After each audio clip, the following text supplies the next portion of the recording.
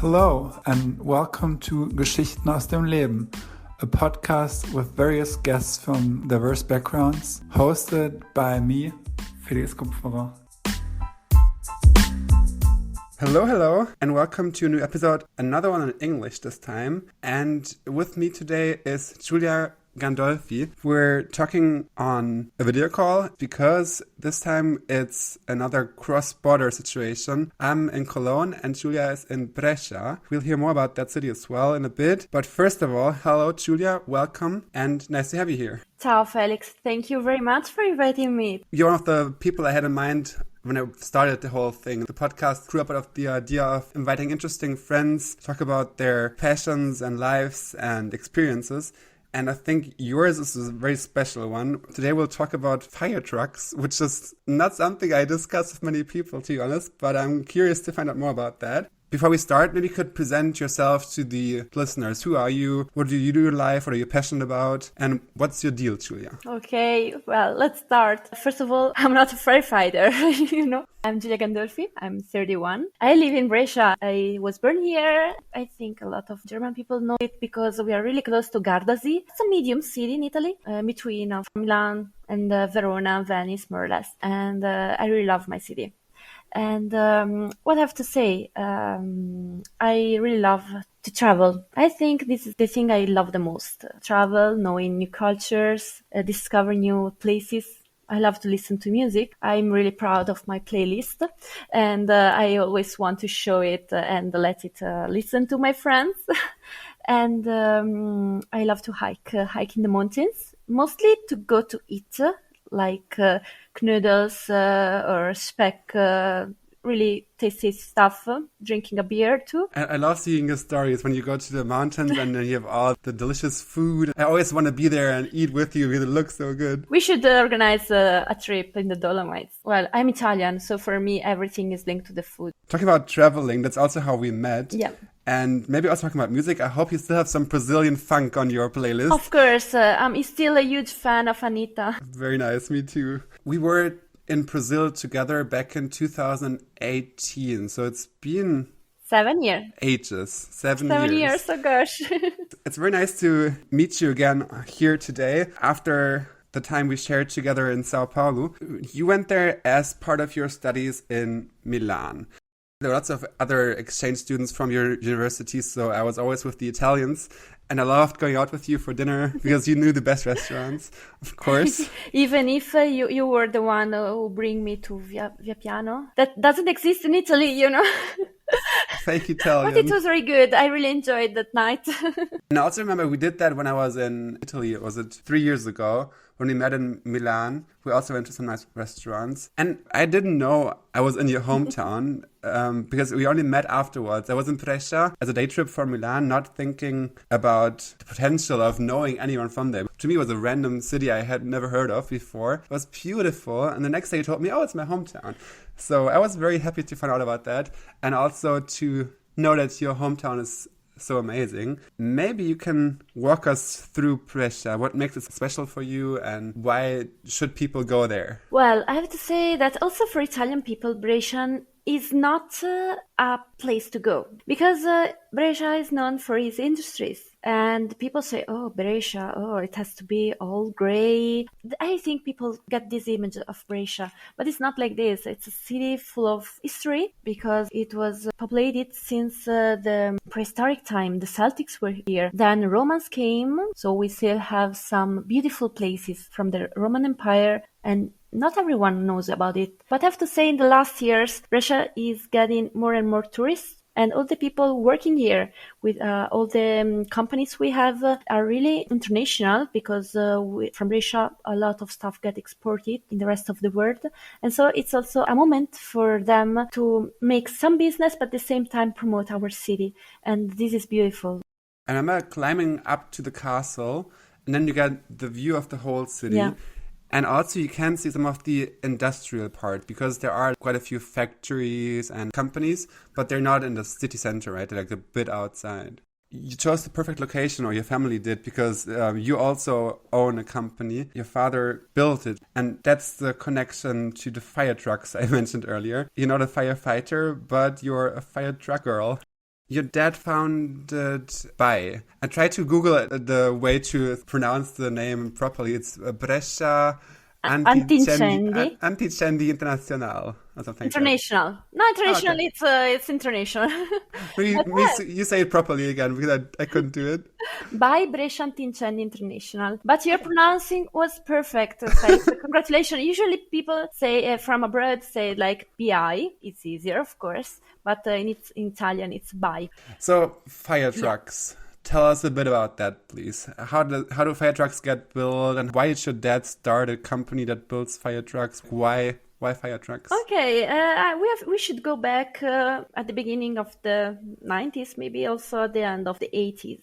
My father is from 1961. He grew up in a normal working class family. Never went to university, but he joined a business course of 1 year, I guess. And when he finished it, he joined a company to work as a salesman, a Brescia company. They sold special trucks and firefighting trucks too. It was his first real job. And he started to travel all over the world.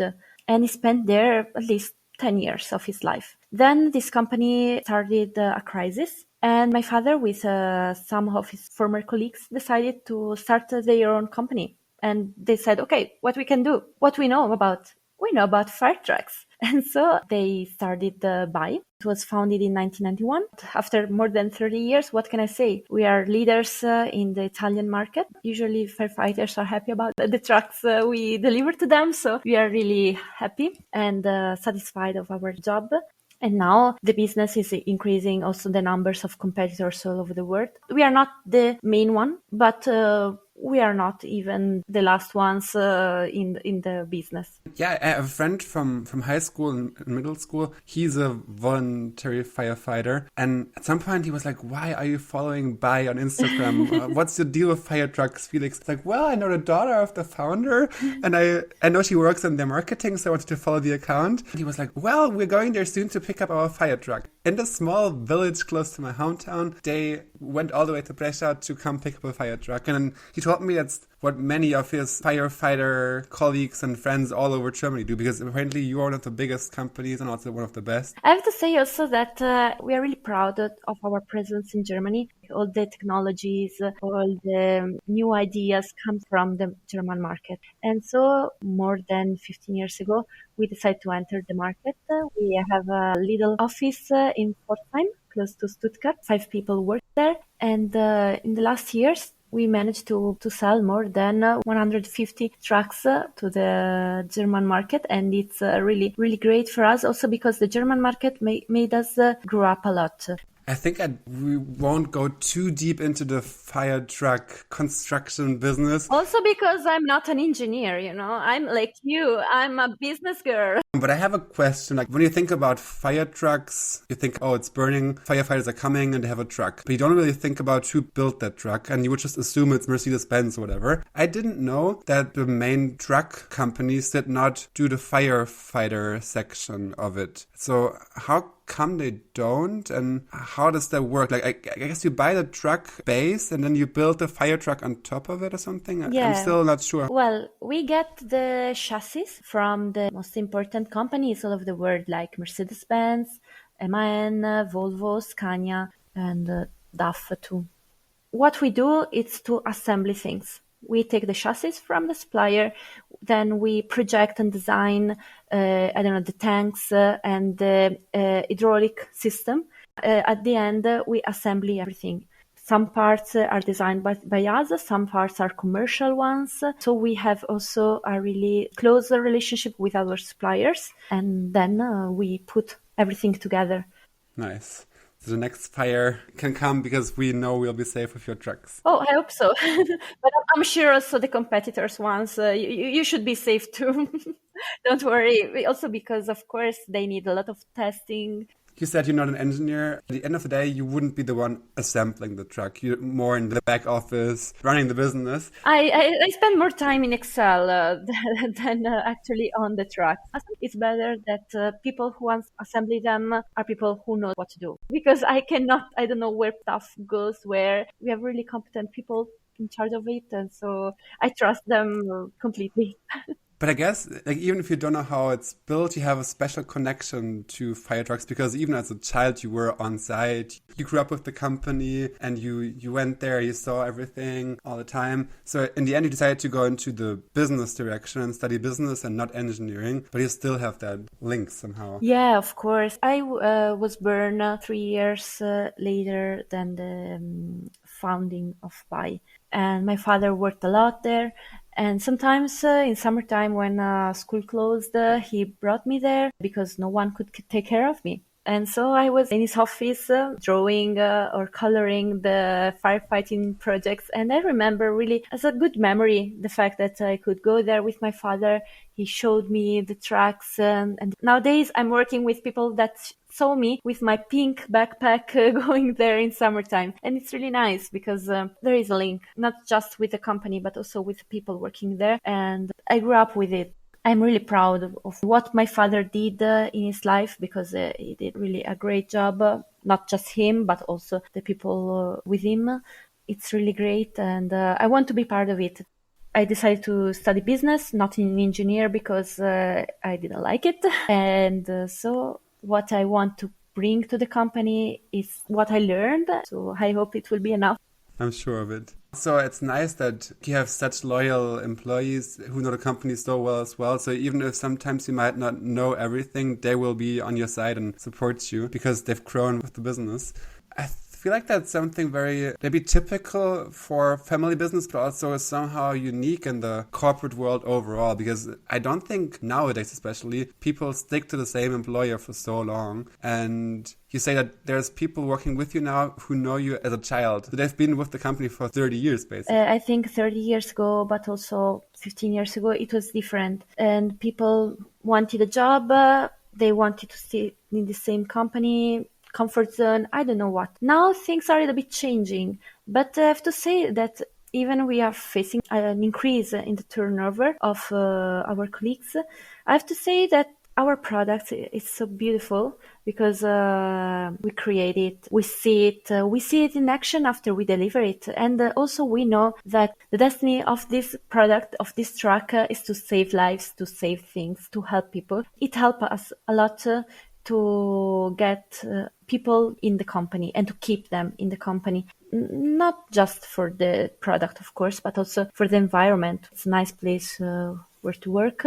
Probably not for everyone, but different people, different decision, different way to see life. But I see a lot of people wanting to stay here. And every time also on the social media, people ask us, oh, I want to work so much in Bali.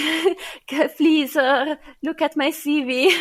So, we cannot hire everyone because we need maybe some specific role. But it's nice that people are so engaged. It's impressive that the culture is still so familiar and so friendly, because you told me earlier that the company is quite big nowadays, like 200 employees almost. Yeah. And I feel like it must be difficult to keep that company culture. The bigger you grow, the more anonymous and distant it might get, but it doesn't seem to be the case in your company. Yeah, but you need some effort, I have to say, because of course, for us as a family, it's easier maybe to get in touch with employees in the offices because we work really close with them. For me, it's a little bit difficult to get in touch more and more with the people working on the products, so in the warehouse, etc. So I try my best, to go there sometimes, even if I'm not an engineer, as I said, or I'm not a technical person, just to go there, see what's going on, see the trucks in the lines, talk with people. But I think also this environment is made by people themselves. If you create a good structure and each department is guided by a leader, it's easier to keep this environment because if not, it could lose it. Sometimes you cannot reach the goal, but we try our best. I can imagine it's especially difficult for you stepping in and now taking more and more responsibility because people, especially people who have worked with the company for so long, they still know you as the daughter of and as a little girl, and they still see you painting the designs of the fire trucks. But now you're in a much more responsible position. Mm-hmm. And I guess you kind of had to earn their trust or their acceptance in the beginning, maybe. Maybe you can walk us through the process because you've been with BAE for 5 years, more or less.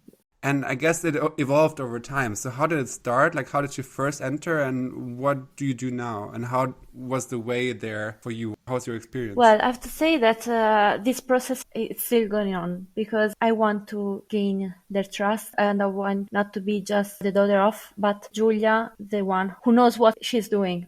At the beginning, I didn't want to join Byte. I wanted to join by in my 30s. I was looking for some internships or some place to go, but I couldn't find anything I liked because I wanted to grow. I wanted to learn a lot. And my father, I remember in 2019, he told me, Giulia, I have to go to an exhibition in Beijing. Why don't you come with me? I really loved the tracks. I really loved the people working there. I loved to get in contact with people all over the world. And I was really thrilled and excited. When I came back, I spent a week thinking, why don't I take this opportunity to work in a place where I really want to? And so I went to my father and I asked him to hire me. And he said yes.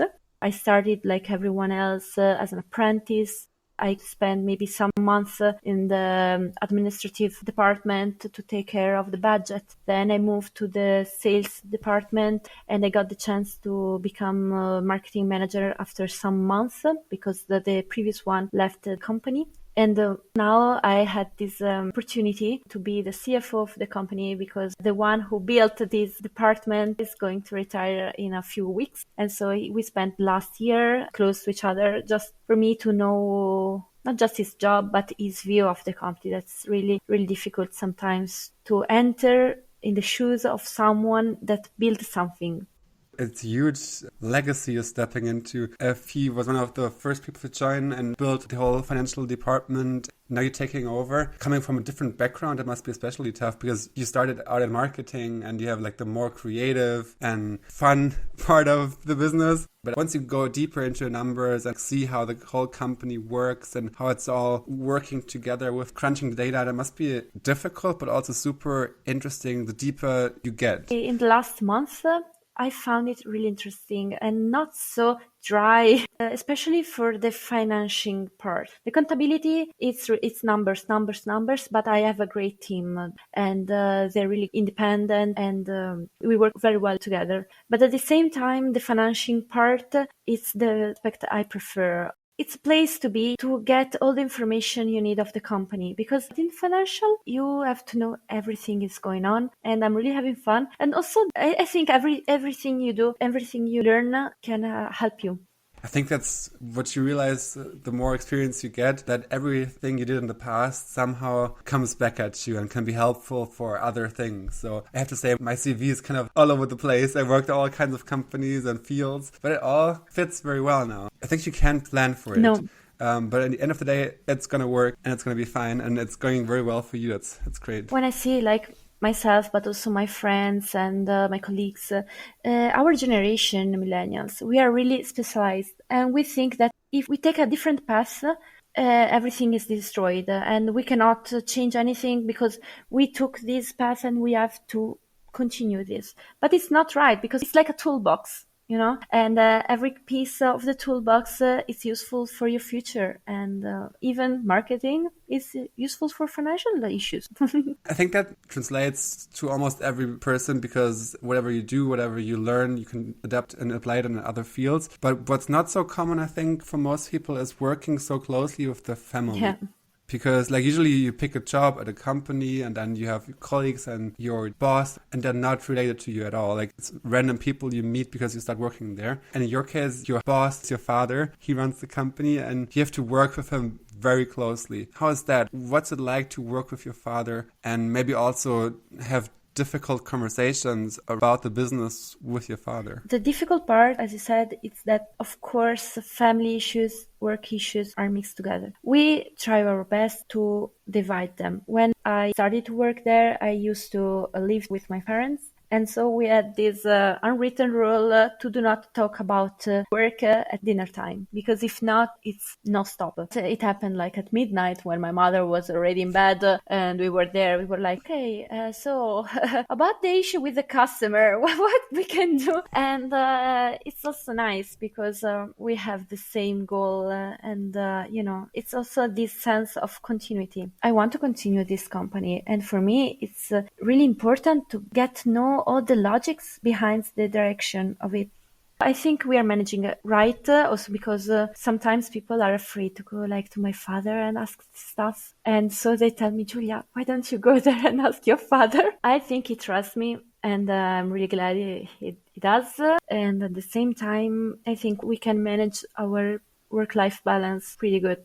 Nice. I think even if you don't work with your family, you always discuss work issues at home. Whenever I talk to my parents and I call them and I had a bad day at work, I will tell them. It doesn't really affect them as much as it does your father probably. Because if you have a bad day at work, it's also a bad day for him, maybe. For my mother is the worst because she doesn't have to listen just from my father's side, but also from my side. So she's so involved into our company's business, even if she has own problems at work. So probably for her it's the hardest.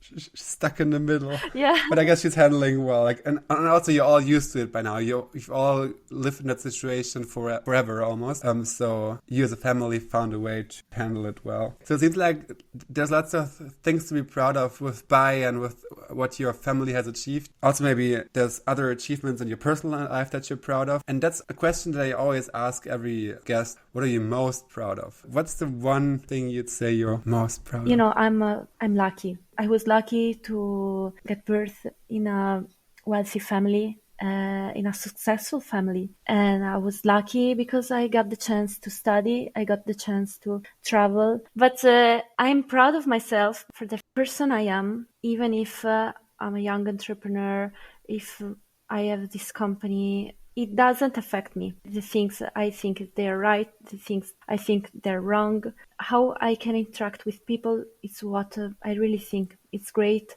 I didn't enter in the company say, oh, okay, I know everything, I can do it. I always want to listen to people and I'm always ready to learn something. I'm proud of it too.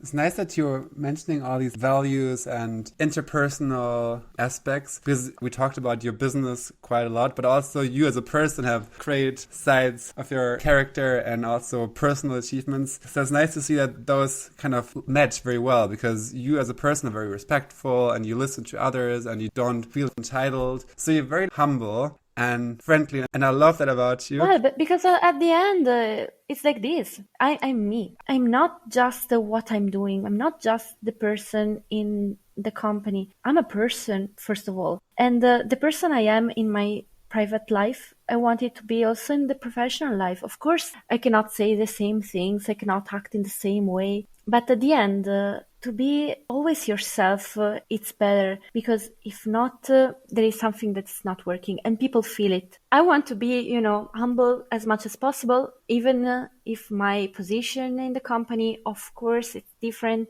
Of course, it makes me very exposed and I'm in touch with a lot of people, but I want also to respect the people I'm in touch with. And this is why I say that the values I have, that my family gave, the context I grew up in made me this person.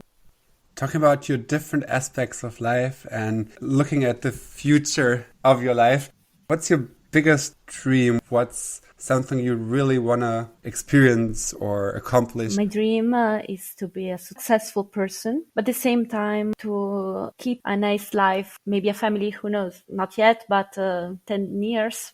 Maybe I should add also peace in the world. Usually it's good to add. But I have to say that I want to give something to someone. I want to do something in my life. I hope to have a lifetime to reach this goal. This is what I want because I really want to do something for the society, for the people working in Bai. And I think you're on a good path there. Let's hope so. Like the imposter syndromes, I'm full in it, But I think a lot of entrepreneurs' childs are. But I think there's no need to hide, and you are doing great already, and you will be doing so in the future. Thanks. I wish you all the best, and thank you once again for coming. It was so nice to have you here. Thanks for sharing your experience. Thank you, Felix. It was an amazing opportunity. Thank you very much. And I don't know when it's going to happen, but I'm thinking about my next trip to Brescia. I will be back. Yeah, oh, of course. You have to stay here, and I will let you eat casoncelli. That is the main food and typical dishes in Brescia, and you should try it. I'm looking forward to it. We always think about food, you know. We started with food, we finish with food. How else could we do it? There's no other way. You have an Italian interviewer, so of course it couldn't be different. Okay, so enjoy your next meal then, and talk to you soon. Yeah, please. Ciao, ciao. Ciao, Felix. Thank you very much.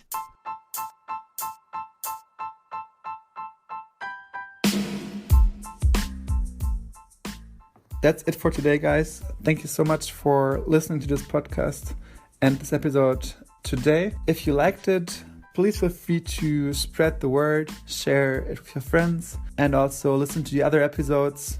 Some of them are in English, and I'm sure there will be more international guests coming onto the show. So stay tuned. Follow the podcast on Spotify, iTunes, wherever you listen to it. And also feel free to message me on LinkedIn or my Instagram page. Thank you so much. Bye-bye.